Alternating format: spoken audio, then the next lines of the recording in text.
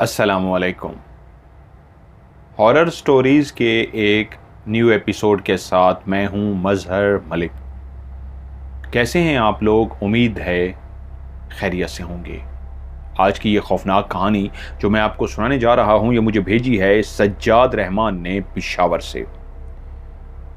वो कहते हैं, हमारे वालिद साहब के एक बहुत ही दरवेश सिफ़त दोस्त जिनका ताल्लुक़ लाहौर से था, वो जब भी पेशावर आते तो हमारे यहाँ ही उनका क़याम होता।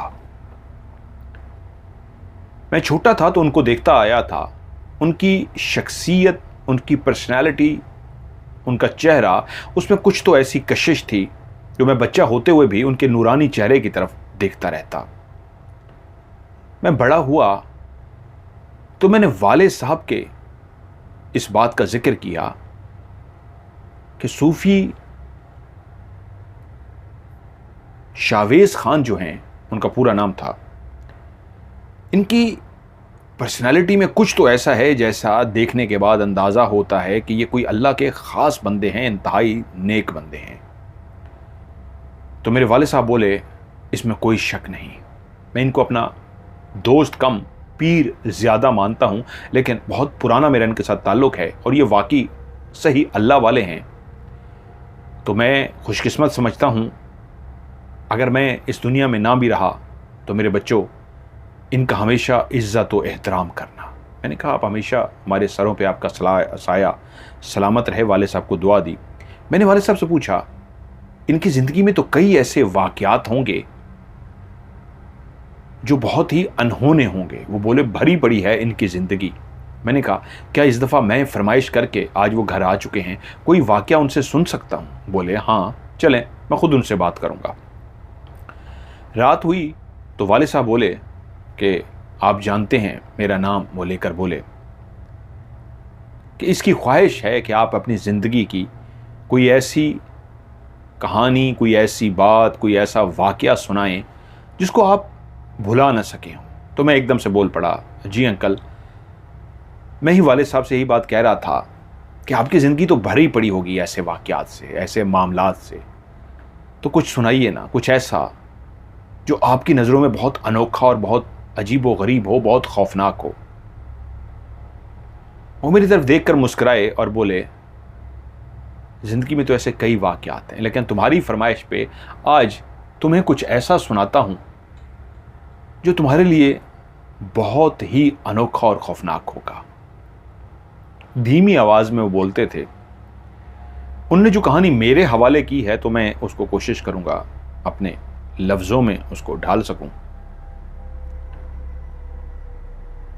एक डॉक्टर का रूम था जहां पे एक डॉक्टर कागज़ में, हाथ में कागज़ और पेंसिल उठाए सामने बैठे हुए मरीज को इस तरह सुन रहा था जिससे वो अंदाज़ा लगाने की कोशिश कर रहा हो कि वाकई ये कोई मुजरिम है, कोई इसने वाकई जुर्म किया है, या ये कोई जहनी मरीज़ है। और सामने बैठा हुआ नौजवान जो शक्ल सूरत से किसी इंतहाई अमीर घर, इंतहाई खाते पीते घर का नज़र आता था, जिसके चेहरे के नकूश बताते थे कि उसके पास सब कुछ होते हुए भी इस वक्त वह एक ऐसे उजड़े हाल में है जहां पे उसको खुद समझ नहीं आ रही उसके साथ ज़िंदगी ने क्या खेल खेला है। डॉक्टर सामने बैठा हुआ उससे गोया हुआ, तो जी मिस्टर अरसलान, आप कुछ बताने जा रहे थे।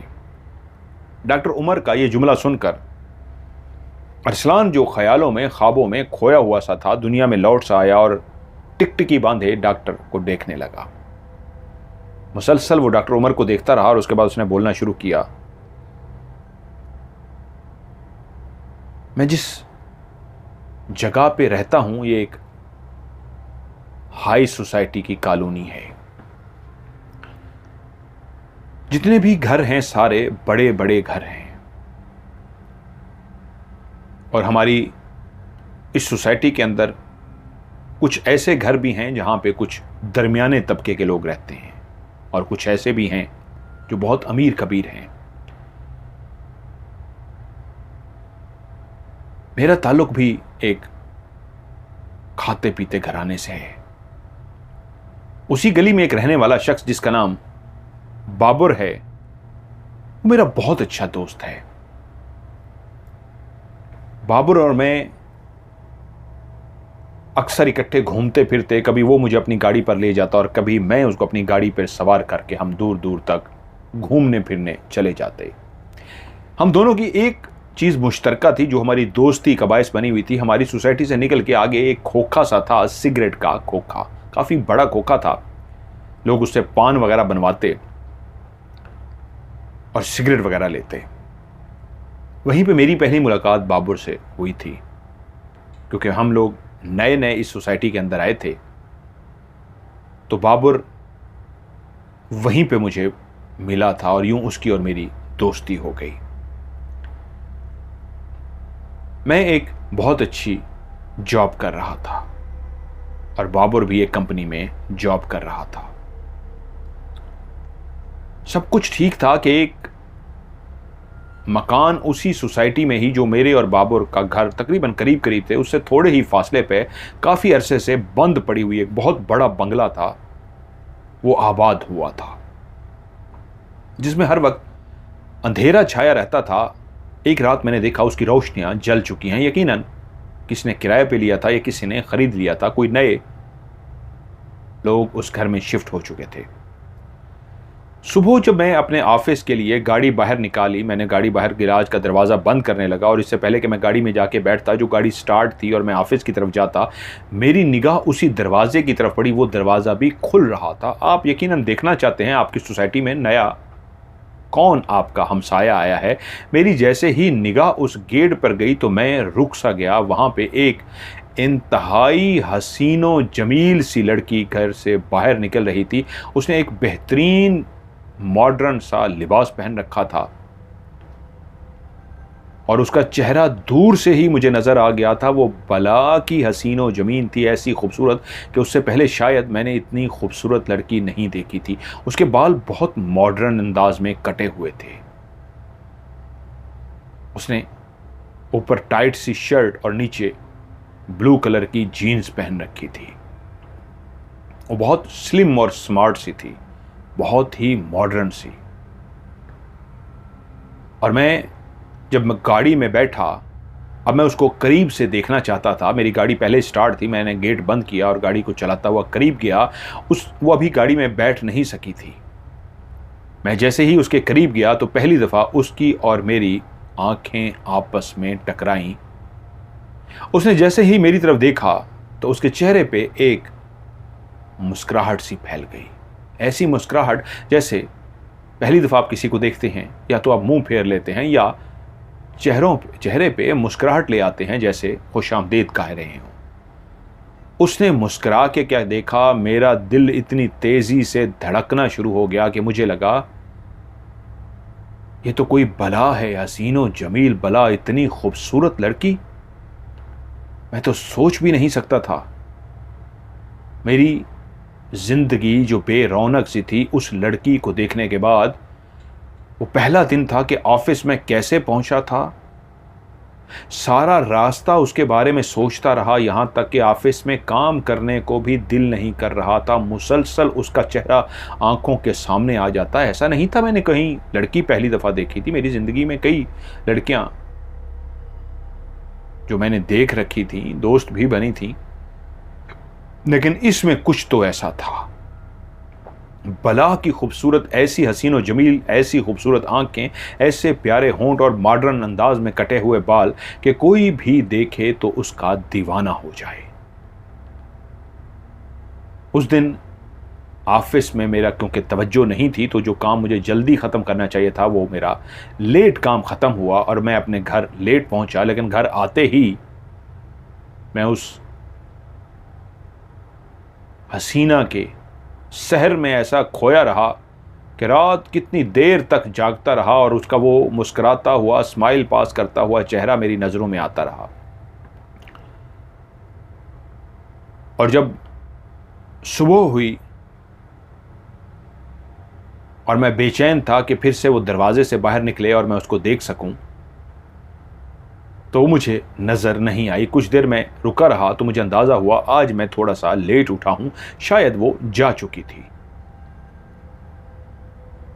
मैं ऑफिस में काम करता रहा और जब शाम को घर पहुंचा तो मेरी मुलाकात बाबर से हुई। बाबर मुझसे मिलने के लिए बेचैन था। बाबर ने मुझसे मिलते ही कहा है, अरे भाई मैं तेरा इंतज़ार कर रहा था यार, तू किधर है? मैंने कहा हाँ क्या हुआ है? कहता है अपने मोहल्ले में एक ऐसी लड़की आई है कि तू सोच भी नहीं सकता, तेरे भाई ने उसको देखा है तो दीवाना हो गया है। ऐसा दीवाना उस पर दिल लुटा बैठा है, यकीन मान मैंने तो जब से उसको देखा है मेरी रातों की नींद उड़ गई है, काम पे मेरा ध्यान ख़त्म हो गया है। भाई तू सोच भी नहीं सकता, मैंने तो कभी किसी लड़की को पसंद ही नहीं किया। लड़की अगर मेरी ज़िंदगी में आती थी, कुछ टाइम मैं उसके साथ वक्त गुजारता था, सब कुछ भूल भाल के साइड पे हो जाता था। भाई मैंने उसको देखा है, तेरी सोच है, मैं दीवाना हो गया हूँ। अब बाबर तो मुझे अपने दिल का हाल दे रहा था, लेकिन मैं जानता था कि उससे पहले ही मैं उस लड़की को पसंद कर चुका हूं, दिल दे चुका हूं और उसकी मोहब्बत में गिरफ्तार हो चुका हूं। लेकिन फ़र्क सिर्फ ये था, बाबर मुंह फट था, वो बाबर मुझसे ज़्यादा तेज़ था। मैं इस मामले में कुछ शर्मीला वाकिफ़ हुआ था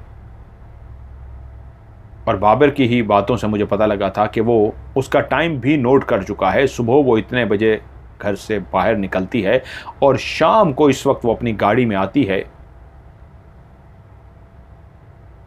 वो गाड़ी बाहर खड़ी करके जब अंदर की तरफ जाती है तो वही एक मंजर होता है उसके दीदार करने का। अब बाबर और मैं तकरीबन सुबह इस अंदाज में अपने घर के बाहर मौजूद होते कि उसकी झलक देख सके। शायद बाबर को भी अंदाज़ा हो चुका था कि मैं भी उसी की झलक देखने के लिए, पहली दफ़ा बाबर यही समझा क्योंकि बाबर ने मुझे उसके बारे में बताया था। तो मैं जब अपने घर से बाहर गाड़ी से निकल कर खड़ा हो गया तो बाबर यही समझा, दूर से मुझे इशारा किया कि तुझे कहा था ना, तू भी देखी ज़रा आज। उसको मैं क्या बताता, मैं तो पहले ही देख चुका हूँ। और जब वो एक अदा से बाहर निकली तो आज तो वो जुल्म ढा रही थी, आज तो क़यामत नज़र आ रही थी। उसका वजूद, उसका चेहरा, उसका हेयर स्टाइल, वो बहुत क़यामत थी। और मैंने देखा बाबर वाकई इस अंदाज में टिकटिकी बांधे उसको देख रहा था जैसे वो बेहोश हो जाएगा, और हालत मेरी भी कुछ ऐसी थी। वो जा चुकी थी। बाबर फौरन मेरे पास आ गया और मुझसे आके बोला, देखा सही कहा था ना मैंने, कोई भी देखे तो दीवाना हो जाए। लेकिन बाबर को मेरी हालत से अंदाज़ा हुआ और हंस के बोला, लगता है तुझे भी उससे प्यार हो गया है। चल ठीक है, जिसकी झोली में आके गिरे तू भी ट्राई कर ले। तेरी आंखों में मैंने देख लिया है, जो पहल कर देगा वो उसकी हो जाएगी। और ज़ोर से कहका मार के हाथ मेरे आगे इस तरह कर दिया जैसे कह रहा हो हाथ में हाथ डालो। मैंने भी उसके हाथ पे हाथ टच किया। यूं बाबर की और मेरी एक दौड़ शुरू हो गई। छुट्टी वाले दिन शाम के टाइम एक ख़ास मखसूस उसका टाइम था। वो अपने घर से बाहर निकलती और पैदल चलती हुई जब वो जाती तो वाहिद एक, उस दिन हम बेचैन होते दोनों, जो दोनों ही कुंवारे थे, यंग से थे, कि उसको पैदल चलता हुआ अपने करीब से जाता हुआ देखते। लेकिन हैरत की बात थी, जो दोनों उसको देखते थे वो दोनों को देख के पहले दिन से ही मुस्कुराहट पास करती। बाबर भी अब उसको देखता तो वो मुस्कुराती, और जब मैं भी देखता मेरी तरफ भी वो देख कर हल्की सी स्माइल पास करती। अब हम दोनों बेचैन थे। बाबर जानता था मैं भी उस दौड़ में खड़ा हूं, वो भी उस दौड़ में है। पहल कौन करता है, मैं सोच रहा था क्या करूं क्या करूं, कि वहीं पे बाबर ने कहा, भाई तू तो सोचता रहेगा, मैंने तो आज फैसला कर लिया है। सुबह ही सुबह जब मैं बाहर खड़ा था, बाबर मेरे पास आ गया। जानता था अभी उसके बाहर निकलने में कुछ टाइम है, उसका एक मखसूस टाइम था। तो हम दोनों बाहर खड़े थे। मुझसे एक ख़त जो उसने इन्वेलप में रखा हुआ था मेरे सामने लहराते हुए बोला, भाई मैं तो हाले दिल लिख चुका हूं और हाले दिल उसको आज पकड़ाने लगा हूं, तू सोचता रहे। मुझे एहसास हुआ कि मुझसे पहल कर गया, काश आज मैं उसको खत दे रहा होता। बाबुल चलता हुआ अपनी गाड़ी के पास जाकर खड़ा हुआ, और जैसे ही उसको दरवाज़ा खुलने की आवाज़ आई, वो तेज़ी से चलता हुआ उसके दरवाजे के बाहर चला गया।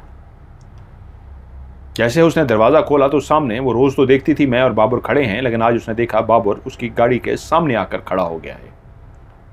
तो बाबर ने उसे सलाम किया, जो इससे पहले सिर्फ मुस्कुराहट की हद तक देखते थे हम उसको, आज पहली दफ़ा उसने उसको सलाम किया तो उसने सलाम का जवाब दिया।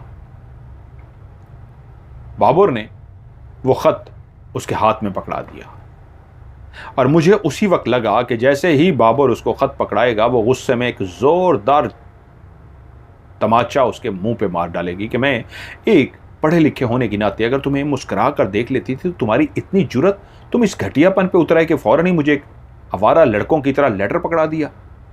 मैं डर रहा था, मैंने अपना मुंह इधर कर लिया कि अभी बाबर को तमाचा पड़ेगा और मैं मुंह दूसरी तरफ फेर लूँ, कहीं ये ना हो वो गुस्से में कहे तुम भी इधर खड़े हो, मुझे भी ना कुछ बुरा कह दे। लेकिन मेरे कानों में कोई तमाचे की आवाज़ नहीं आई, कुछ थप्पड़ की आवाज़ नहीं आई।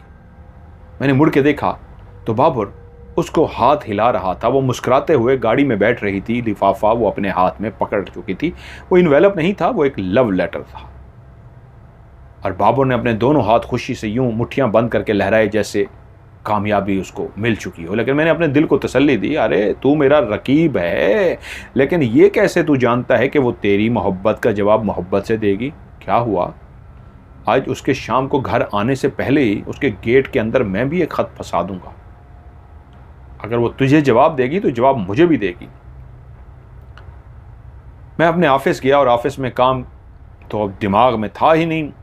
एक लव लेटर तफसील के साथ लिखा, उसको इन्वेलप में डाला और शाम से पहले ही उसके घर के बाहर पहुंच के उसके गेट की एक साइड पे खत को फंसा दिया और जाकर इस तरह खड़ा हो गया कि मुझे देख ना सके, और जब वो आएगी तो मैं देख लूँगा कि उसने ख़त उठा लिया है।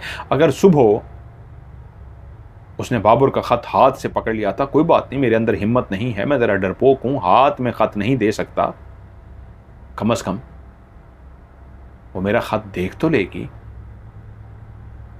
और वो गाड़ी चलाती हुई वहाँ पहुँच गई, उसने गाड़ी की ब्रेक लगाई, गेट खोला और बग़ैर मेरा ख़त उठाए वो अंदर चली गई। मुझे बड़ा दुख हुआ, क्या उसने मुझे इग्नोर कर दिया? क्या उसने मेरी मोहब्बत को ठुकरा दिया? क्या उसको बाबर पसंद आया है? बाबर का ख़त तो उसने ले लिया था, मेरा ख़त क्यों नहीं लिया? तो फिर मुझे एकदम से अंदर से आवाज़ आई, भाई तूने हाथ में ख़त थोड़ा पकड़ाया है, तूने तो गेट में पकड़ाया है। उसको क्या पता कोई ख़त है, कोई पब्लिसिटी वाले मार्केटिंग वाले जिस तरह से फंसा के चले जाते हैं, कोई ये है क्या है, कोई बिल है, उसको क्या पता, ये हो सकता है उसकी निगाह ही ना पड़ी हो। हाँ, अगर तुम भी हिम्मत करके ये ख़त उसके हाथ में पकड़ाते फिर तुम कह सकते थे कि उसने तुम्हारे ख़त को पकड़ा या तुम्हारे ख़त को ठुकरा दिया। कोई बात नहीं, मैं कल दोबारा से उसको ख़त दूंगा। मैं गया, वो अपना ख़त मैंने निकाल लिया और अगले दिन फिर से उसके आने से पहले ख़त मैंने गेट की एक और जगह पे फंसा दिया और वो फिर आई, एक अदा से नीचे उतरी और मेरे ख़त को उठाए बग़ैर अंदर चली गई। मैं परेशान हो गया, उसने मेरे ख़त को नहीं उठाया था और बाबर ने मुझे खुश होकर बता दिया था उसने उसके ख़त का जवाब उसको दे दिया है। मेरी मोहब्बत को उसने कबूल कर लिया है, वो मुझसे दोस्ती करने को तैयार है और उसने मुझे कहा है ठीक है, हम बहुत अच्छे दोस्त हैं, आगे हम देखेंगे क्या हमारा फ़ैसला होता है, आगे हम सोच कर करेंगे। और वो मेरी तरफ देखकर इस तरह फातिहाना अंदाज में मुस्करा रहा था कि तुम बहुत पीछे रह गए, मैंने उसको हासिल कर लिया, बस दोस्ती क्या हुई समझो मेरी है। यही बात बाबर से पान वाले ने भी पूछी थी। बाबर साहब आजकल बहुत खुश नजर आ रहे हैं। तो बाबर ने भी दबे लफ्जों में उसको कहा था, हाँ जिंदगी कुछ हसीन हो गई है, बहुत खुश हूं।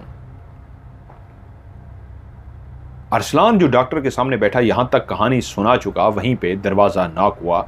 डॉक्टर ने कहा आ जाइए, तो अंदर कुछ पुलिस वाले दाखिल हुए। वो उनसे बोले टाइम खत्म हो गया है, अब इनको लेकर जाना है। अरसलान को उसने उन दोनों पुलिस वालों ने आकर बाजुओं से इस अंदाज में पकड़ लिया कि चलो टाइम हो गया है। अरसलान अपनी जगह से उठा और चुप करके उनके साथ चल पड़ा। उन्होंने जाकर उसको जेल के उस कमरे में बंद कर दिया जहां आज उसका दूसरा दिन था। कल शाम को वो लाया गया था, लेकिन ऊपर से ही कह दिया गया था कि ये कोई जहनी मरीज है या क्या, क्योंकि पहली रात वो चीखता रहा था और वैसे भी एक असर और रसूख वाला बड़ी फैमिली का नौजवान था अरसलान, इसलिए फौरी तौर पे अस्पताल में मौजूद डॉक्टर के हवाले किया गया था। और डॉक्टर उमर ने बैठ के उस केस को पहले दिन सुना था। वो एक अजीब व गरीब कहानी जो बहुत ठहर ठहर के सोच सोच के सुना रहा था कि टाइम खत्म हो गया। उसको एक ऐसे कमरे में बंद किया गया था जो बिल्कुल घुप अंधेरे वाला कमरा था। यहां पे उन कैदियों को रखा जाता था जो दूसरों पे हमला न कर दें, जो खतरनाक कैदी होते थे, जो जहनी मरीज या कह लीजिए, जिनका अभी तक फैसला नहीं हुआ कि ये वाकई कोई मुजरिम हैं, कोई कातिल हैं, कोई डाकू हैं, कोई चोर हैं, कोई जहनी मरीज हैं। इसलिए उनको अलग थलग रखा जाए बाकी कैदियों से, और जब उनका फैसला हो जाता था फिर उनको कहाँ रखना है ये बाद में फैसला करना होता था। तो अभी तो उसका पहला दूसरा दिन था। लेकिन जैसे ही रात हुई, अंधेरा फैलना शुरू हो गया। वाहिद वो रोशनदान जो उस कमरे का, जो बाहर सूरज की किरणों को उस कमरे के अंदर लेकर आता था, जैसे जैसे सूरज की किरणें खत्म होती जा रही थी, यह एहसास हो रहा था शाम ढलती जा रही है और रात की काली चादर हर तरफ अपने अंधेरे की लपेट में दरो दीवार को लेती जा रही है। और तभी अरसलान अपने उस कमरे के अंदर डरना शुरू हो गया। अकलौता बल्ब जिसकी थोड़ी सी ही लाइट थी जो जल रहा था, लेकिन वो मुसलसल बैठा कांप रहा था कि तभी उसके कानों ने एक आवाज को सुना। टक टक टक। ये किसी की जूती की आवाज थी, लेडीज जूती की आवाज। ये वही आवाज थी जिसको उसने पहली दफा सुना था और आज तक उस आवाज को भूल नहीं सका था। वो ऊंची एड़ी वाली जूती पहने टक टक करती उन राहदारी से चलती हुई आ रही थी जहां पे तमाम कैदी जो एक एक करके सिंगल कमरे में सिंगल कैदी कैद था, वो सब सोने की तैयारी कर चुके थे और रात का एक ऐसा लम्हा आ चुका था जहां सब तकरीबन या सो चुके थे। वाहिद एक अरसलान था जो बेचैनी से टहल रहा था, जानता था कि वो जरूर आएगी और वो टक टक टक करते आ रही थी। तभी उसके मुंह से जोरदार चीख निकली और बाहर बैठा हुआ पुलिस वाला जो ड्यूटी पे था भागता हुआ अंदर आया और देखा अरसलान चीख रहा है। उससे बोला, क्यों शोर करते हो? उसने अपने हाथ में पकड़ा हुआ डंडा उन लोहे की बड़ी बड़ी सुलाखों पे मारा जिसके पीछे वो कैद था। कि चुप, अब शोर किया तो ये सर में मारूंगा, सोने का टाइम है, सो जा चुप करके। वो थर थर कड़क कांप रहा था। उसके मुंह से सिर्फ इतना निकल सका, वो आ गई है, वो आ गई है। कौन आ गई है? कहां आ गई है? तेरा दिमाग खराब है? कोई नहीं आई, चुप कर जा। वो उसको डांट डूंट कर चला गया। अगले दिन फिर से जब टाइम हुआ, उसका जेल का दरवाजा खोला गया, उसको कहा गया, चलो डॉक्टर के पास तुम्हारा टाइम है। उसको लेकर फिर से डॉक्टर उमर के कमरे में पहुंच गए। वो कागज कलम उठा के पहले ही मुंतजर था, जानता था उस अरसलान लड़के को लाया जाएगा। अरसलान उसके सामने बैठा था और डॉक्टर ने कहा, अरसलान, मैं तैयार हूं तुम्हारी बाकी कहानी सुनने के लिए। अरसलान बोला, डॉक्टर साहब यकीन मानिए मैं पागल नहीं हूं। ये मुझे पागल समझते हैं, मैं पागल नहीं हूं, मैं पागल नहीं हूं। हाँ ठीक है अरसलान, ठीक है, मैं समझ सकता हूं तुम पागल नहीं हो। अपनी कहानी मुझे मजीद सुनाओ, मैं तुम्हारी कहानी सुनना चाहता हूं। कुछ लम्हे के लिए अरसलान खामोश हुआ और फिर वहीं से उसने अपनी कहानी शुरू की। हाँ, मेरा रकीब बाबर बहुत खुश था और मैं जो रोज खत रखता था, मेरा खत उसने एक दफ़ा भी नहीं उठाया था। मैं समझ चुका था अब तो वो वैसे भी बाबर की हो चुकी थी। बाबर बहुत ज़्यादा खुश था। बाबर मुझे रोज़ बताता, आज मुझसे ये बात हुई है, आज ये हुई है, आज ये हुई है। बस जल्द ही वो मुझे अपने घर बुलाने वाली है और फिर वो मुझे अपने घर बुला लेगी और फिर तू सोच, जब मैं उसके घर चला जाऊंगा तो क्या होगा। मैं जानता हूं तू भी उसको बहुत प्यार करता है, जानता हूं उसने तेरा भी दिल मेरी तरह हिला कर रख दिया है, लेकिन देख मैंने तुझे कहा था जो पहल करेगा वो ले उड़ेगा, मैं उसको ले उड़ा हूं। ऐसी हसीनो जमील लड़की, अरे यार मैंने तो कभी ख्वाबों में भी नहीं सोचा था कि ऐसी लड़की मेरी मोहब्बत को ठुकराएगी नहीं बल्कि मुझे अपना लेगी। और फिर एक दिन उसने मुझे कहा, आज मैं बहुत खुश हूं।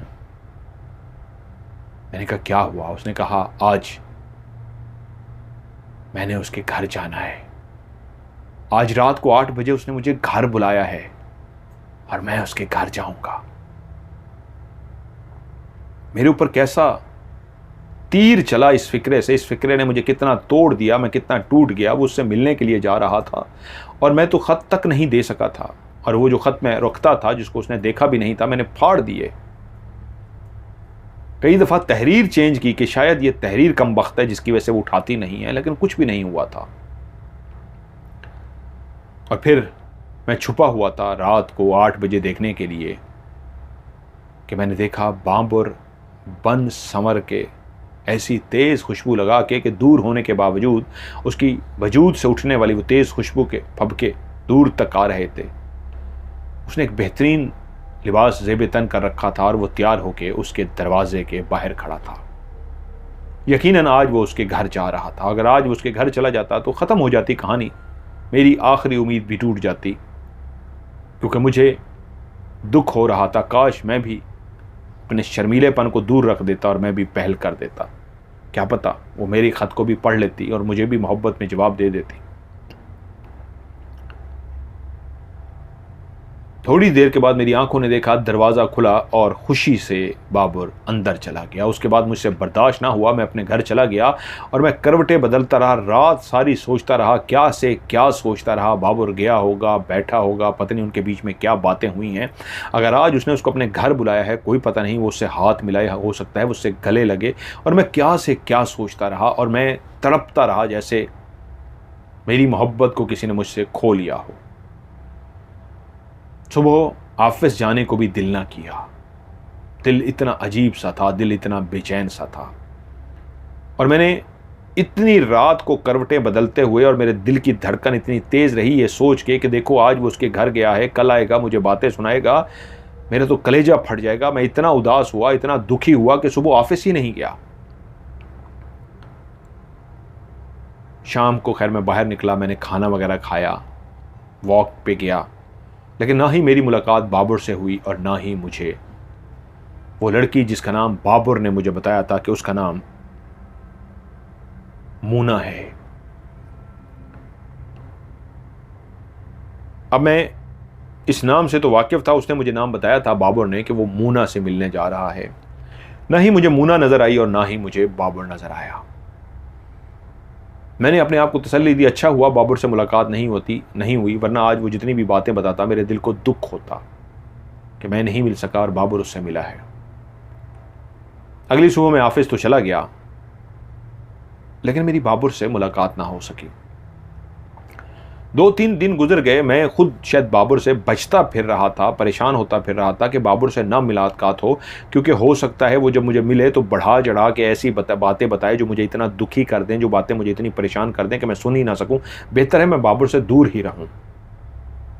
और मैंने ऐसा ही करने की कोशिश की। 2-3 दिन मेरी बाबर से मुलाकात ना हुई। ये चौथा दिन था कि मेरी खोखे वाले पे मैं सिगरेट लेने के लिए रुका तो वो खोखे वाला मुझसे पूछा, अरसलान साहब आपके दोस्त बाबर को क्या हुआ है? मैंने कहा क्यों, क्या हो गया भाई?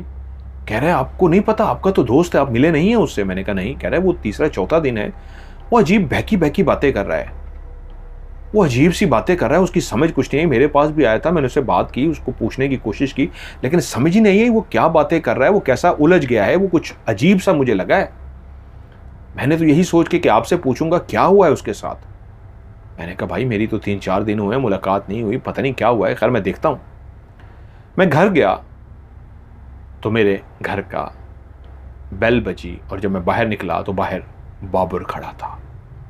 मैं बाबर का सामना नहीं करना चाहता था, लेकिन वो सुन चुका था खोखे वाले से वो अजीब है यार, तो मैं भी देखना चाहता था। तो मैंने कहा बाबर ये किस तरह का हुलिया बना रखा है? उसकी शेव बढ़ी हुई थी, क्लीन शेव था, लेकिन उसने शेव बढ़ा रखी थी, बाल उसके उलझे हुए थे और उसका लिबास भी कुछ मैला सा नजर आ रहा था। वो हमेशा बन संवर के रहने वाला बाबर अजीब सा था। मैंने उसे जैसे ही देखा हैरान सा हो गया और मैंने उसे पूछा, क्या हुआ है, सब खैरियत है ना? मैं खुद भी भूल गया कि मेरा रकीब है, वो मुझे कहानियां सुनाएगा, किससे सुनाएगा, वो मिल के आया है, ये करके आया, वो करके आया। ऐसा कुछ भी नहीं था। उसने मुझसे एक जुमला कहा,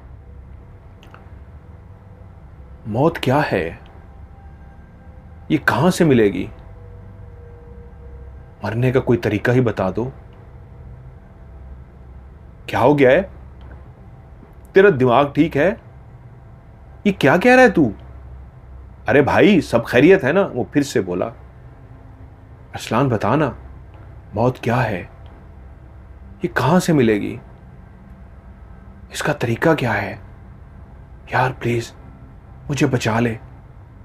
मैं इस बात पे चौंक पड़ा, मौत क्या है, ये कहां से मिलेगी, और फिर कह रहा है इसका तरीका क्या है। वो मरना चाह रहा है, मौत लेना चाह रहा है और मुझे बचा ले। बाबर क्या हुआ है? एकदम से मुझे बाबर के साथ जो एक गुस्सा था, एक नफरत सी थी, जो एक रकीब सा बन गया था, उसी लम्हे मुझे उसके साथ हमदर्दी महसूस हुई। मैंने कहा, सब ठीक है ना, क्या हुआ है, अंदर आओ, मेरे साथ अंदर आओ। वो बोला, नहीं मुझे अंदर नहीं आना, मेरी मदद करो प्लीज, मेरी मदद करो। मैंने कहा, हाँ हाँ बोलो, मैं मदद करने के लिए तैयार हूं, क्या मदद चाहिए तुम्हें? मौत क्या है, ये कहां से मिलेगी, इसका तरीका क्या है, मुझे बचा लो। मैं परेशान, उलझ गया, मैं इसको कैसे बचाऊं, मैं ये सवालों का क्या जवाब दूं, ये कैसी पागलों वाली बातें कर रहा है, ये क्या है, मुझे कुछ समझ ना आया। मेरे पास दिन नहीं है, मेरे पास दिन नहीं बचे, आज चौथा दिन हो गया है, दिन नहीं बचे, प्लीज मुझे बचा लो। वो मुसलसल एक ही बात करता रहा, बहकी बहकी बात करता रहा और मैं उसको कुछ समझ ना पाया। मैंने उसको बाजू से पकड़ा, उसके घर तक उसको छोड़ के आया। मुझे लगा ये तो दीवाना हो गया, ये तो पागल हो गया, एक ही बात को बार बार कहे जा रहा है, इसको हुआ क्या है। और फिर मजीद अगले 2 दिन भी मेरी उससे मुलाकात ना हुई, क्योंकि मुझे पता लगा कि घर वालों ने उसको अंदर कमरे में बंद कर दिया है। वो मुसलसल बहकी बातें कर रहा है और मौत की बात कर रहा है। हर बंदे से एक ही सवाल पूछ रहा है, वही सवाल हो उसने खोखे वाले से भी पूछ लिया था, मौत क्या है, ये कहाँ से मिलेगी, इसका तरीका क्या है, मुझे बचा लो, आज मेरा 6वां दिन है, आज मेरा 5वां दिन है। इस तरह की बातें करके घर वालों ने यही फैसला किया कि उसका इलाज कराया जाए। मैं परेशान था, 5वां दिन बाबर को हो गया है, ये चल क्या रहा है। मैंने फैसला किया मुझे बाबर के घर जाना चाहिए। उसके घर वालों ने अगर उसको कैद कर दिया, उनसे पूछूं कि इसके साथ क्या हुआ है। मैं जैसे ही जाने लगा तो उसी लम्हे मुझे सामने से मूना आती हुई नजर आई। आज तो वो ऐसी कयामत ढा रही थी, आज तो वो ऐसी खूबसूरत नजर आ रही थी, आज तो शायद उसने पहले से भी ज्यादा अपने आप को तैयार किया हुआ था, जैसा भड़कीला लिबास पहना हुआ था। मैं सब कुछ भूल के टिकटिकी बांधे मूना को देखना शुरू हो गया। उसने मुझे देखा और मुस्कुराई तो एक लम्हे में ही मेरी होंठों से मुस्कुराहट आ गई। वो मुझसे बोली, कैसे हैं आप? मैंने कहा, मैं बिल्कुल ठीक हूं, आप कैसी हैं? अब बाबर की तरफ जा रहा था, पता नहीं उसके साथ क्या मसला हुआ है, उसको क्या हुआ है। और उसके बाद मुझे कुछ समझ ही ना आया मैं क्या बात करूं। ये भी मैंने ऐसे ही कह दिया था जैसे कुछ कहना और चाह रहा था, हिम्मत नहीं हो रही थी। तो एकदम से बोली, हाँ मैंने सुना है बाबर के बारे में, आप आइए ना, घर बैठ के बात करते हैं। मैं आपके घर? हाँ बस मैं मार्केट तक जा रही हूं, आप घंटे तक मेरे घर आ जाइए। मैं ऐसा दीवाना हुआ इस जुमले को सुन के कि मुझे अपने घर बुला रही है। मैं तो खुशी से पागल होने वाला हो गया था। वो जो बाबर की खैरियत दरियाफ्त करने जा रहा था, बाबर से पूछने जा रहा था कि इसको साथ क्या हुआ है, वो कह रही थी घर बैठ के बात करते हैं। मैं ऐसा खुश हुआ कि घंटा गुजारना मेरे लिए मुश्किल हो गया। जहां तक उसने कहानी सुनाई तो उधर बाबर के घर से ऐसी आवाजें आने लगीं जैसे कोई जोर जोर से चीख रहा हो। और यहां तक जब वो कहानी सुना चुका तो फिर से उसके टाइम जो था वो खत्म हो गया और पुलिस वाले आ गए, चलिए आपकी मीटिंग का साथ इतना ही डॉक्टर साहब के साथ टाइम था, बाकी कल बात कीजिएगा। वो अपनी जगह से उठा तो सही, लेकिन फिर से बोला, डॉक्टर मुझे बचा लीजिए, मैं डॉक्टर मैं पागल नहीं हूं, मुझे बचा लीजिए, मैं पागल नहीं हूं, मुझे बचा लीजिए, मैं पागल नहीं हूं। और उसको लेकर चले गए। लेकिन उस रात जब वो संतरी उन खास हवालात के बने हुए कमरों के बाहर बैठा सो रहा था, ये रात के 2 बजे का टाइम था, कि वहीं पे अरसलान की चीखों की आवाजें आना शुरू हो गईं। अरसलान के मुंह से बस एक ही जुमला था जो बार बार अदा कर रहा था, मुझे मत मारो, प्लीज मुझे मत मारो, मैं पागल नहीं हूं, प्लीज मुझे मत मारो, मुझे छोड़ दो, मुझे जिंदा रहना है, मुझे मत मारो। और जब मुसलसल वो जोर जोर से इस तरह की चीखें मार मार के जुमले कहता रहा, तो संतरी फिर से गुस्से में उठ के आया और उसने उसे फिर से कहा, क्या तू पागल हमारे मत्थे लग गया है? सुबह डॉक्टर से बात करना, तुझे कोई सोने की दवाई दे दे, मेरी भी नींद खराब कर रहा है, बाकियों की भी नींद खराब कर रहा है, एक तो पागल को यहाँ भेज दिया जो मार भी नहीं सकते इसको, वरना तू नॉर्मल होता ना, मैंने अभी इस डंडे से तेरी ऐसी छितरोल करनी थी, तुझे लग पता जाता, मैं देखता तू कैसे चीखे मारता और कैसे बोलता है, एक तो दिमाग खा गया है तू। उसे डांट ढूंढ के चुप करा दिया, लेकिन वो खड़ा कांपता रहा। और संतरी वो पुलिस वाले ही समझाए, पागल है, पागल कांप रहा है, डर रहा है। अगले दिन वो फिर से डॉक्टर के पास बैठा था, जो अब डॉक्टर उसकी कहानी में इंटरेस्ट लेना शुरू हो गया था, और उसने वहीं से कहानी सुनानी शुरू की। इधर वो कहानी सुनाता, उधर टाइम खत्म हो जाता, और रात को वो मुसलसल चीखें मार रहा था। अरसलान ने वहीं से कहानी शुरू की 8 बज के, और मैं उसके घर के दरवाजे के बाहर खड़ा था। मैंने घंटी बजाई। एक बूढ़ी सी औरत ने, यकीनन जो उसकी मां थी या नौकरानी थी, ये मैं अंदाजा नहीं लगा सका, उसने दरवाजा खोला और बोली, आ जाइए, आपका ही वो इंतजार कर रही है। मैं दरवाजे से अंदर दाखिल हो गया। चलता हुआ मैं गैराज तक पहुंचा, और जैसे ही दरवाजा खोला गया गैराज का, तो अंदर इतनी मध्यम रोशनी की गई थी कि मैं हैरान रह गया कि ये कैसी जगह है कि जिसकी रोशनी इतनी मध्यम की गई है। बाहर से तो पूरी रोशनी चमकती हुई नजर आती है, अंदर इतनी कम क्यों रोशनी है। लेकिन मैं ड्राइंग रूम में बैठता, वो औरत मुझे बिठाती, बल्कि मुझे लेकर और आगे की तरफ चली गई। वो एक कॉरिडोर से गुजरी, कुछ रास्तों से गुजार के एक और बहुत बड़ा ड्राइंग रूम टाइम था, जो पहले से भी काफी ज्यादा गुप अंधेरे में था। रोशनी तो थी, लेकिन मोमबत्ती की रोशनी थी। वहां पे किसी लाइट को नहीं जलाया गया था। बिल्कुल पीछे करके वो जो कमरा था, वहां पे एक मोमबत्ती जल रही थी, जिसकी रोशनी में मैं उस सोफों को, उन दीवारों को देख पा रहा था। और मुझे थोड़ा सा एक खौफ सा महसूस हुआ। उन दीवारों का रंग कब का उतर चुका था, जैसे उन दीवारों के ऊपर रंग खत्म होने की वजह से पानी के सेम के निशान पड़ जाते हैं, जिनकी अजीब सी स्मेल भी आती है। जैसे किसी घर को कई सालों के लिए बंद कर दिया जाए तो उसके अंदर एक अजीब सी महक, एक अजीब सी स्मेल आ जाती है, और बंद घर की एक होती है, ऐसी ही अजीब व गरीब सी उसके अंदर स्मेल थी। जैसे किसी घर के अंदर सोफा, कारपेट सब कुछ पड़ा हो, बारिश का पानी चला जाए और कारपेट गीला हो जाए, उसको खुश्क ना किया जाए तो जिस तरह एक हमक सी स्मेल सी पैदा हो जाती है, वैसे ही स्मेल पैदा हो चुकी थी। थोड़ी देर के बाद एक और हाथ में मोमबत्ती लिए वही महजबीन चलती हुई सामने आ गई। वही लिबास, वही हुलिया, वही सब कुछ, वही कयामत ढाता हुस्न, वही कयामत ढाती उसकी जवानी, खूबसूरती। मैं अपनी जगह से उठकर खड़ा हो गया। जो इस कमरे के अंदर बदबू की इस वहशत को मैं महसूस कर रहा था, उसी लम्हे उसको जैसे ही मैंने देखा, मैं मुस्कुराया और बोला, जी मैं आ गया।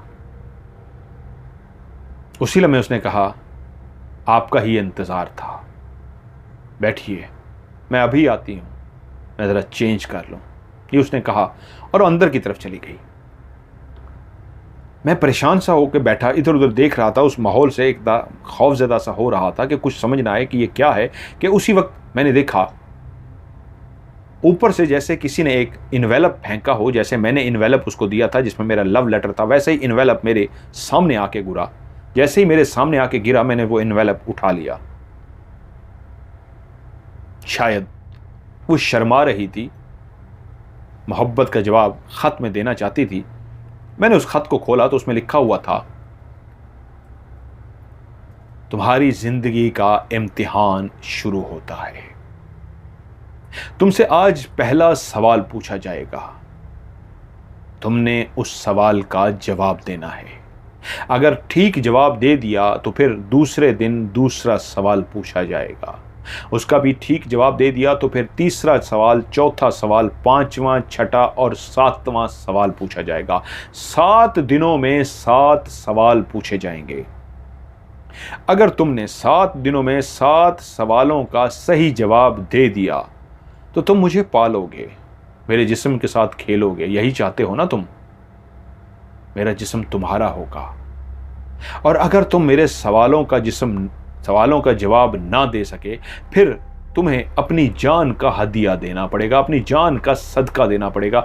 वो बेशक तुम पहले सवाल पे फंस जाओ, दूसरे पे, या हो सकता है 6 सवालों के जवाब दे दो, लेकिन 7वां सवाल तुम्हें नहीं आएगा तो फिर तुम्हें अपनी जान को हमें देना पड़ेगा। ये जान तुम्हारी नहीं होगी, हमारी हो जाएगी। मैं एकदम से इस खत को पढ़ के अजीब सा हो गया कि ये क्या बकवास है, ये क्या लिखा गया है। मैंने खत को हाथ में देखा और एकदम से उठ के खड़ा हो गया तो तभी वो सामने आ गई। उसने एक अजीब सा लिबास पहन रखा था, जैसे कोई रात को सोने के लिए एक बारीक सा लिबास पहनता है। वो एक ऐसा लिबास था जिसको देख के मैं, एक नौजवान जिसके जज्बात भड़क सकते थे, लेकिन उस खत को पढ़ के मैं इतना अजीब सा हुआ खड़ा था कि उसके उस जोबन को, उसके उस वजूद को जो क्लियर उस लिबास से नज़र आ रहा था, चाहती थी कि मैं उसके वजूद को देखूँ। एक बराए नाम एक बारीक सा लिबास ऊपर था, लेकिन खौफ के मारे में मैं उसकी तरफ देख भी ना पाया। और वो बोली, सवाल पढ़ लिया तो अब तुमने फैसला करना है, जवाब देना है या अपनी जिंदगी मुझे देनी है। एक लम्हे में ही जो कई बातें मैं सोच चुका था, मुझे वो सवाल जो मैंने अभी तक सुना नहीं था, सुनने के लिए भी बेचैन था, लेकिन उसे पूछना चाहता था, ये क्या है, ये कैसा तमाशा है, क्यों सवाल का मैं जवाब दूंगा, क्या करूंगा। मुझे यहां नहीं रहना, मुझे नहीं बैठना, हटो मेरे आगे से। मैं उसके वजूद को भी नहीं देख सकता था, देखना चाह रहा था। वो जो वजूद इस तरह उरियां करके आई थी कि हल्का सा एक रेशमी दुपट्टे की तरह का बारीक लिबास था कि मैं क्लियर देख सकूं, और इस अंदाज में वो मोमबत्ती पकड़ के खड़ी थी कि मैं उसके वजूद को देखूं। मैं खौफ के मारे उसके वजूद को नहीं देख रहा था और मैंने कहा, हटो यहाँ से। और तेज़ी से जिस रास्ते की तरफ मैं आया था, मैं उसी रास्ते की तरफ बढ़ गया। वो जो अगरबत्ती रखी थी, मोमबत्ती, वो मैंने रोशनी के लिए उठा दी और चलना शुरू हो गया। मैं उस कॉरिडोर के आधे ही रास्ते में पहुंचा था कि मोमबत्ती बुझ गई, लेकिन मैं दीवार को टटोलते टटोलते आगे बढ़ता रहा। चलते चलते चलते कोई 20 मिनट हो गए, दीवार ख़त्म होने का नाम ही नहीं ले सकती। ये कैसे पॉसिबल था कि एक दीवार जिसको टटोलते हुए मैं घुप अंधेरे में चल रहा हूँ, आखिर तो कहीं दीवार वो ख़त्म होती होगी। 20 मिनट तक, मेरा अंदाज़ा है 15-20 मिनट तक दीवार नहीं ख़त्म हुई और मैं थक सा गया। तभी एक कहका सुनाई दिया और मेरे सामने एक इंतहाई भयानक औरत खड़ी थी, जिसका चेहरा इतना भयानक था और उसी तरह उसने अपने हाथ में मोमबत्ती पकड़ रखी थी। वही बारीक सा लिबास उसने पहन रखा था जो थोड़ी देर पहले वो अपना वजूद दिखाने के लिए मुझे बारीक लिबास पहन के आई थी। फ़र्क ये था, अब उस लिबास के अंदर एक वजूद नहीं था, एक कटा फुटा ज़ख्मों से भरा हुआ खून उससे निकल रहा था। इतना खौफनाक भयानक वजूद था, एक औरत का ही वजूद जो बहुत ज़्यादा खून से भरा हुआ था, जैसे जगह जगह पे उसको किसी ने छुरी से काट डाला हो, उसको खून के लोथड़े लटक रहे थे। अब उसी तरह उसने हाथ में मोमबत्ती पकड़ी हुई थी और वो लिबास उतार कर फेंक दिया। मेरे सामने वो बिल्कुल उरियां खड़ी थी, इतने खौफनाक भयानक जिस्म और भयानक चेहरे के साथ। उसकी आंखें इतनी बड़ी बड़ी हो चुकी थीं, उसकी जो होंठों पे लिपस्टिक लगी हुई थी उसने पूरे चेहरे पे फैला दी थी, उसका नाक बिल्कुल छोटा हो गया था। वो एक इंतहाई खौफनाक डाइन लग रही थी और उसका वजूद ऐसे था जैसे किसी इंसान का नहीं, जैसे किसी ऐसे जानवर का गोश्त हो जिसको किसी दरिंदे ने जगह जगह से गोश्त निकाल भी लिया हो और कुछ गोश्त के टुकड़े लटक रहे थे। ऐसे ही उसके गालों पे दोनों गोश्त को जैसे किसी ने काट लिया हो और लटका दिया हो। उसके दोनों गालों की अंदर वाले दांत हड्डियां तक नजर आ रही थी, गालों का गोश्त भी नीचे लटक रहा था।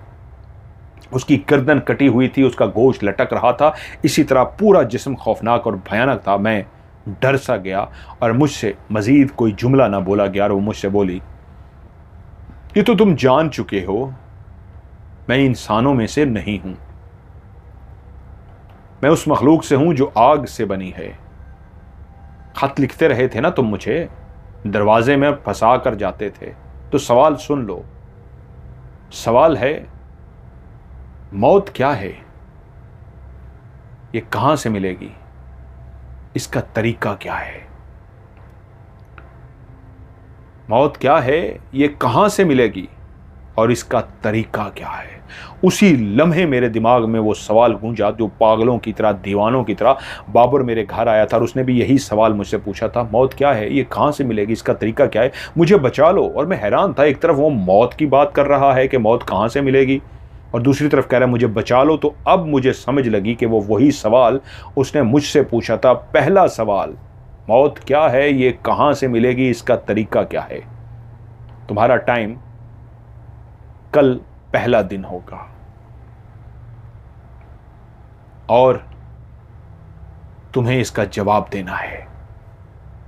चलो तुम्हारे ऊपर एक और कर्म कर देती हूं, कल का दिन छोड़ देती हूं, परसों से पहला दिन होगा, तुम्हें एक और दिन ज्यादा दे रही हूं। कल का दिन मैं काउंट नहीं करूंगी, परसों तुम्हारा पहला दिन होगा। जाओ इस सवाल का जवाब दो। अगर इसका सवाल ठीक दे दिया तो दूसरा सवाल, फिर तीसरे दिन तीसरा, अगर सातवें दिन सातवां सवाल का जवाब भी ठीक दे दिया तो फिर ये देखो, उसने यूं हाथ किए, वही खूबसूरत वजूद, वही खूबसूरत लिबास, वही खूबसूरत मॉडर्न मूना जिसको देख के मैं जनूनी पागल हो गया था, वही मेरे सामने खड़ी थी और कहा, ये हसीनो जमील वजूद तुम्हारा होगा, ये मूना जो मैंने तुम्हारे लिए नाम रखा है ये तुम्हारी होगी। मुझे उससे घिन आ रही थी, मैं डर चुका था, अब मुझे उस वजूद के अंदर कोई कशिश नहीं रही थी। तभी मैंने कहा मुझे बाहर जाना है। उसने एक जोरदार कहका लगाया। जैसे ही उसने जोरदार कहका लगाया तो एकदम से मुझे झटका लगा और मेरी आंख खुल गई। मैं क्या देखता हूं, मैं अपने बिस्तर पर लेटा हुआ हूं, मेरा वजूद पसीने से शराबूर हो चुका है। उसके बाद मैं कहां सो सकता था। मैं पागलों की तरह रात सारी तड़पता रहा, सुबह हो और मैं बाबर को मिल सकूं और बाबर को बचाने की कोशिश करूं जिसका 7वां दिन शुरू होने वाला था। मुझे कुछ समझ ना आया। अगला दिन जैसे कैसे सुबह हुई, मैं पागलों की तरह, दीवानों की तरह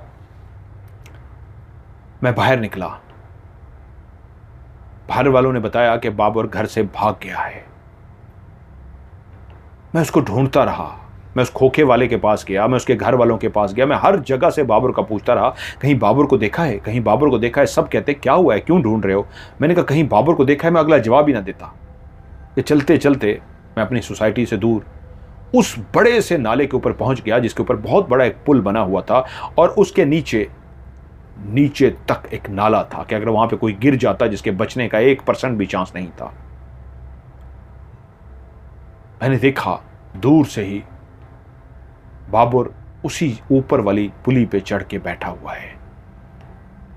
मैं जैसे ही उसके करीब गया, मैंने कहा बाबर, मैं जान चुका हूं उस रात से, तुम घबराओ मत, मैं तुम्हें बचाने की कोशिश करूंगा। मैं समझ गया हूं तुम जो सवाल पूछते फिर रहे हो, मौत क्या है, ये कहां से मिलेगी, घबराओ मत, मुझे उसका राज पता लग गया है और मैं उसको छोड़ूंगा नहीं।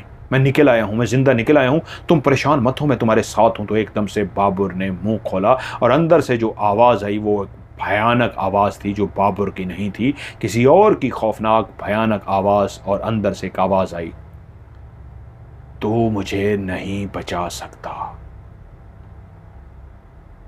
7 दिन पूरे हो गए हैं, मेरे मरने का वक्त हो गया है, तू अपनी खैर मना, तू इस सवाल का जवाब ढूंढ, और अगर ढूंढ लिया तो फिर दूसरा सवाल और फिर तीसरा सवाल ना ढूंढा तो तेरा हशर भी वही होगा जो इसका होने जा रहा है।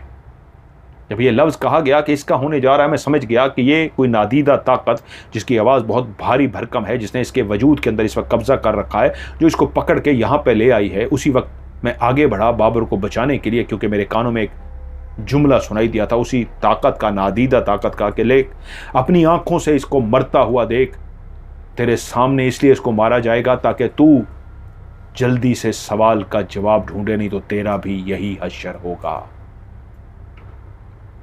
और उस वक्त कुछ लोग जो बाबर को ढूंढते फिरे थे, उसके माँ बाप भी, वो भी शायद सामने से आ रहे थे। उन्होंने मुझे और बाबर को अभी तक देखा नहीं था लेकिन किसी ने बताया था कि बाबर को इस तरफ जाते हुए देखा है और वो लोग भी उधर ही आ रहे थे।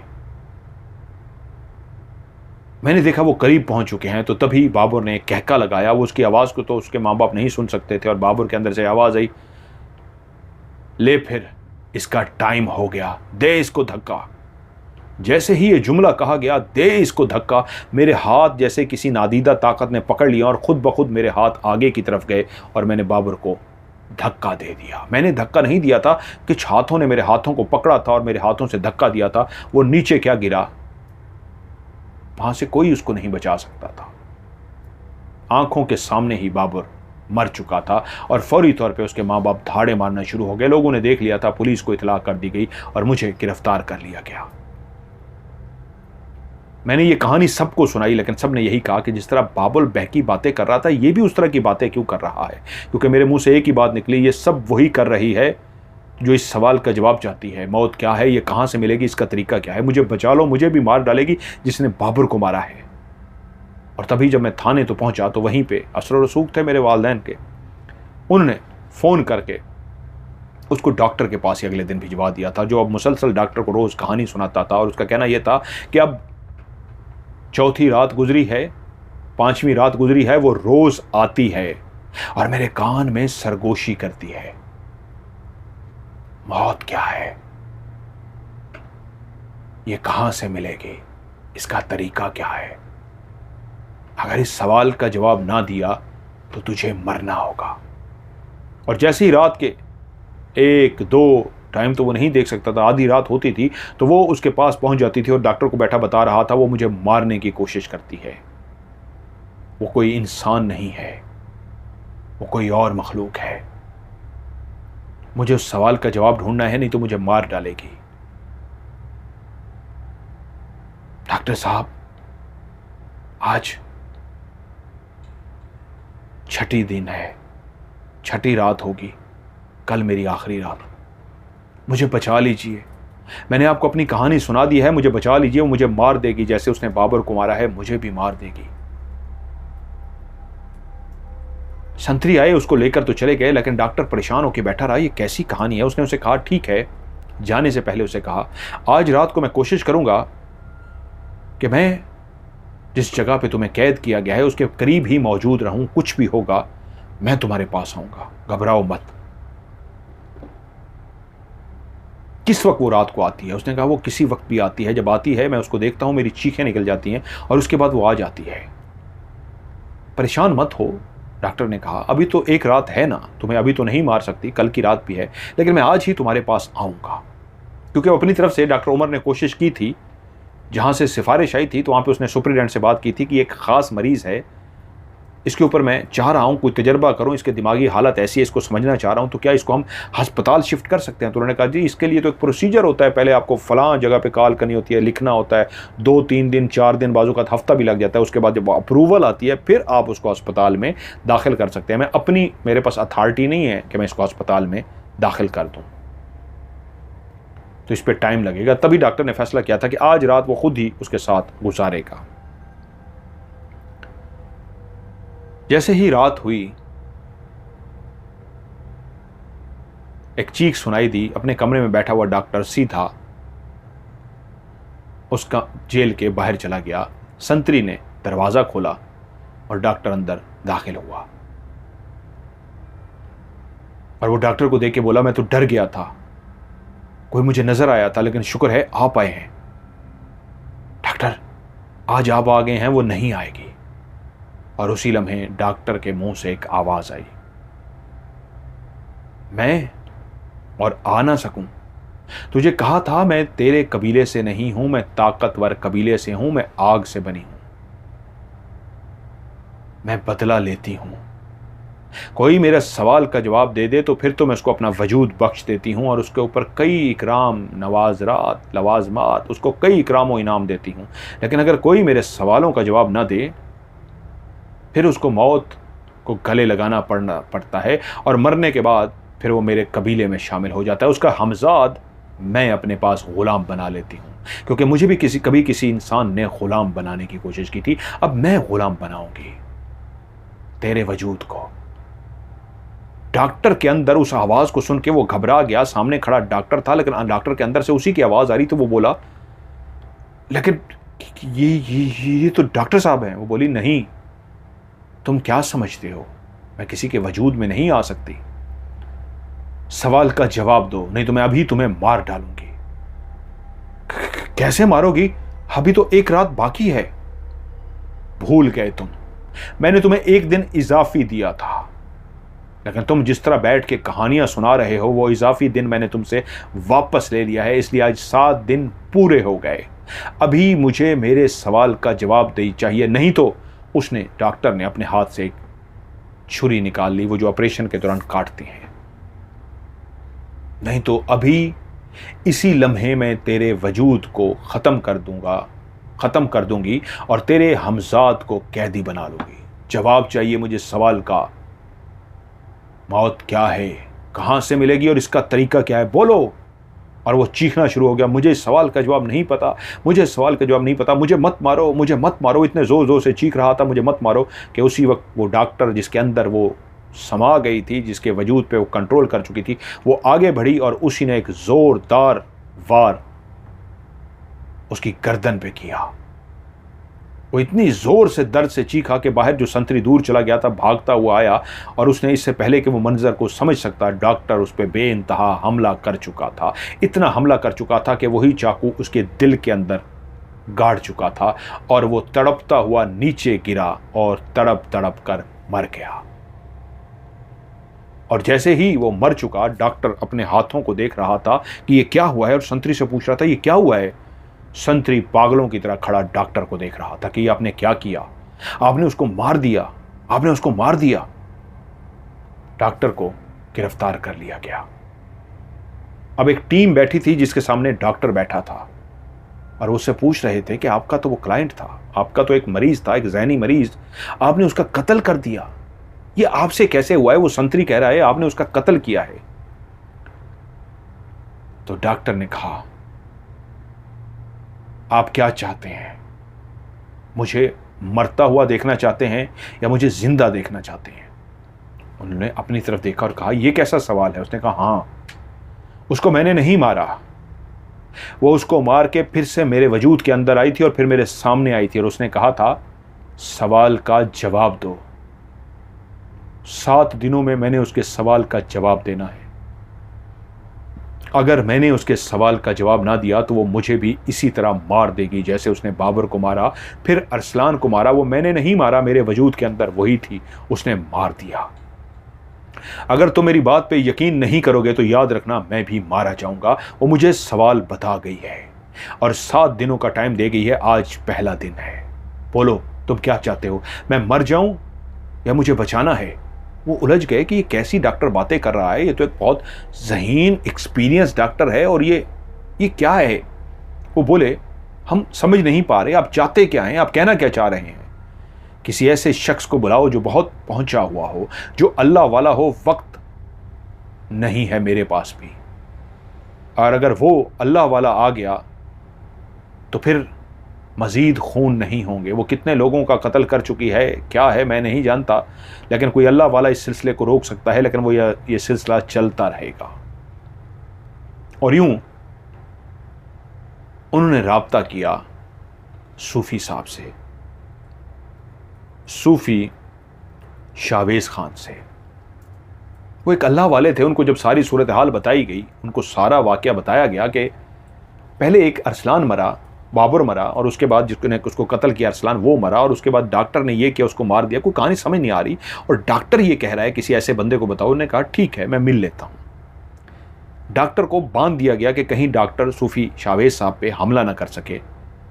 उन्होंने बैठ के सारी कहानी सुन ली, तो उसके बाद बोले, मैं जब इस कमरे में आया था तभी समझ गया था मामला गड़बड़ है, परेशान मत हो, मैं समझ गया हूँ।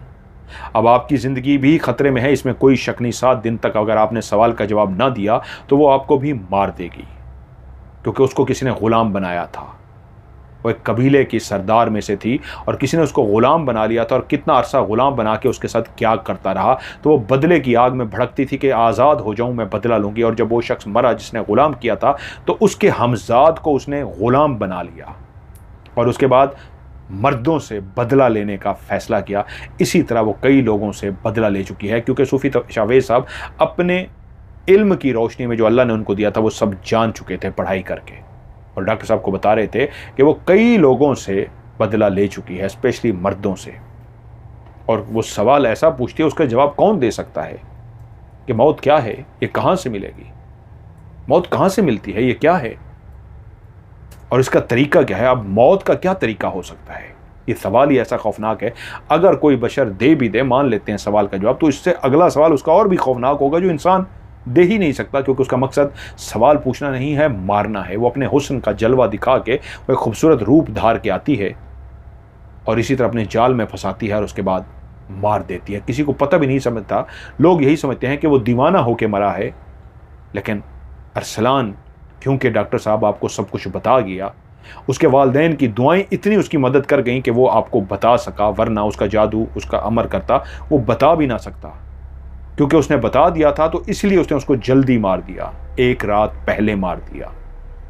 और उसके बाद उसने आपको पकड़ लिया। आपको वो डायरेक्ट भी मार सकती थी, लेकिन उसने आपको भी सवाल दे दिया और आपने अक्लमंदी की कि आपका दिमाग अभी इतना माऊफ नहीं कर सकी कि आपने मुझे बुला लिया।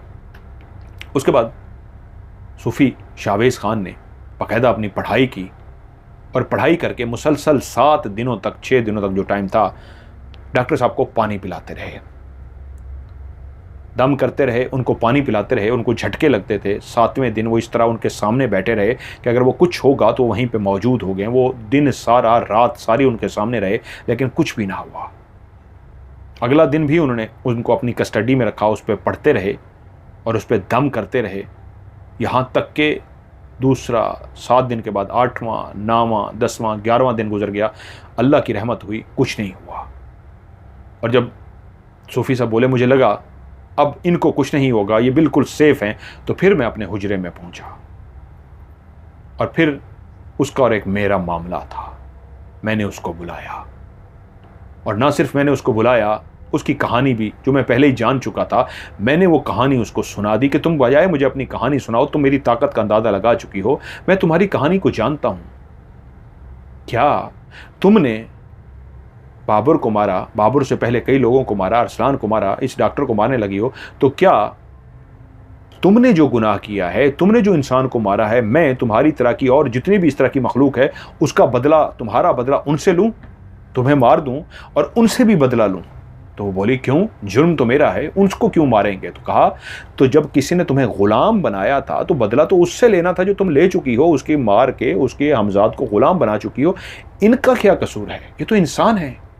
इंसान हुस्न के पीछे दीवाना हो जाता है, हुस्न इंसान की कमजोरी है, तुम उनका बदला बाकियों से क्यों ले रही हो? मैंने उसको कायल कर लिया। हमारी काफ़ी देर बहस रही, लेकिन आखिरकार वो कायल हो गई। मेरे हुजरे में ही वो आई थी और वो अपने असली रूप में आई थी। असली रूप उसका था एक काला स्याह साया सा, जिसकी आंखें लाल सुर्ख थीं। उसके बाल ऐसे थे जैसे सांपों का गुच्छा होता है, जैसे बाल आपस में चिपक जाते हैं और गुच्छा सा बन जाते हैं, ऐसे उसके बाल चिपके हुए थे।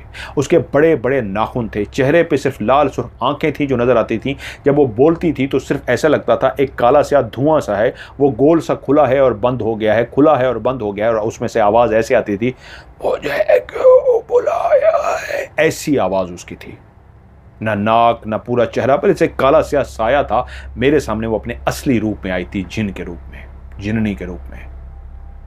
खैर, क्योंकि ये भी एक राज की बातें होती हैं, वो एक अल्लाह की मखलूक है, उसके साथ भी ज्यादती हुई थी, इसलिए उसने उसका बदला लिया था।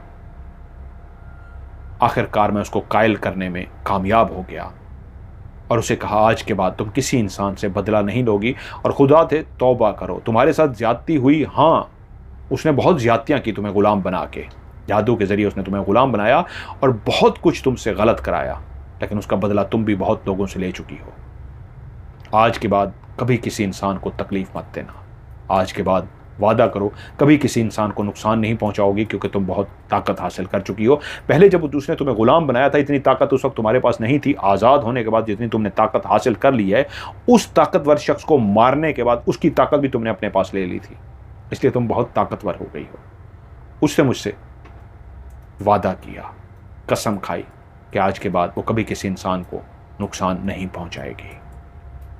और मैं जान चुका था वो मान गई है। मैं उसको कायल करने में उसके मेरे बीच में 2-3 घंटे की गुफ्तगू हुई थी, एक लंबा हमारा एक सिस्टम हुआ था। खैर वो मान गई थी। और उधर केस डॉक्टर का था, डॉक्टर कैसे कत्ल कर सकता है, उनकी पूरी हिस्ट्री क्लियर थी। सो मुझे गवाही देनी पड़ी कि वो जो कुछ भी था वो डॉक्टर ने नहीं किया था। डॉक्टर के वजूद के अंदर एक ऐसा वजूद मौजूद था जो पहले भी कुछ लोगों को मार चुका था।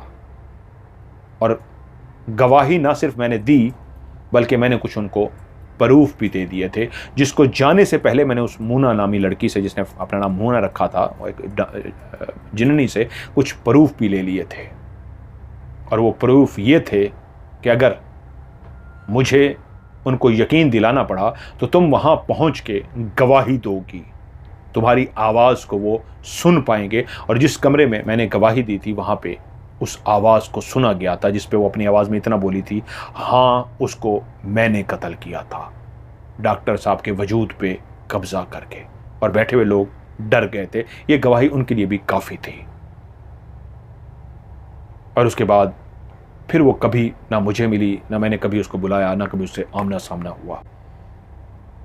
ज़िंदगी में कई वाक़यात होते हैं जिन्नात के। कभी मैं जाता हूँ, किसी के अंदर जिन की हाज़िरी हो जाती है, उसको निकालना होता है। किसी घर के अंदर कब्ज़ा करके बैठे होते हैं जिन, उनको निकालना होता है। कभी बच्चे के अंदर, कई वाक़यात होते हैं। लेकिन मेरी ज़िंदगी का ये एक ऐसा खौफनाक और अजीब व गरीब वाक़या था जिसको मैं खुद कभी नहीं भुला सका। वो डायरेक्ट भी मार सकती थी, लेकिन वो इंसान को कहती थी मैं मारूंगी नहीं, लालच देती थी अपने जिस्म का। उसको बुलाती थी और कहती थी मेरे सवालों का जवाब दो। वो सवाल ही ऐसे थे, कोई जवाब नहीं दे सकता था। तो अपने आप को सेटिस्फाई करने के लिए कि मैंने डायरेक्ट नहीं मारा, मैंने तो उसका इम्तिहान लिया है, वो इम्तिहान में पास हो जाए, मैं उसको छोड़ दूंगी, उसको इनाम भी दूंगी। लेकिन वो जानती थी ऐसे सवाल का जवाब कौन दे सकता है। सूफी शाहवेज़ खान ने जब ये बात अपनी मुकम्मल कर ली तो मैंने जब ये कहानी सुनी तो हैरान रह गया कि ऐसी भयानक और खौफनाक उन्होंने ये कहानी सुनाई थी। ना सिर्फ मैं, वाले साहब और लोग भी जो मौजूद थे, वो इस कहानी को सुन के कुछ देर के लिए ऐसे गुमसुम से हो गए कि कैसी अजीबोगरीब, खौफनाक सी, भयानक सी हमने कहानी सुनी है। उसके बाद भी सूफ़ी शाहवेज़ खान आते रहे, उनसे और भी कई वाक़यात हमने सुने, लेकिन ये सबसे खौफनाक था। एक वाक़या उन्होंने और दफ़ा भी सुनाया था, ज़िंदगी रही तो मैं आपके साथ वो भी शेयर करूँगा। तो आपको ये कहानी कैसी लगी ज़रूर कमेंट्स में आप लोग बताइएगा। वीडियो को लाइक कीजिएगा और दोस्तों के साथ शेयर भी कीजिएगा। और जिन्होंने मुझे कहानी भेजी है, मैं आपसे रिक्वेस्ट करूँगा कि आप जो और कोई उनकी कहानी उन्होंने सुनाई थी, सूफ़ी शाहवेज़ खान ने ये कहानी भेजी है सज्जाद रहमान पेशावर से। सज्जाद रहमान भाई, आपके पास जो कोई उनकी और कहानी है वो भी मुझे सेंड कीजिएगा, वो भी मैं प्रोग्राम में ज़रूर शामिल करूँगा।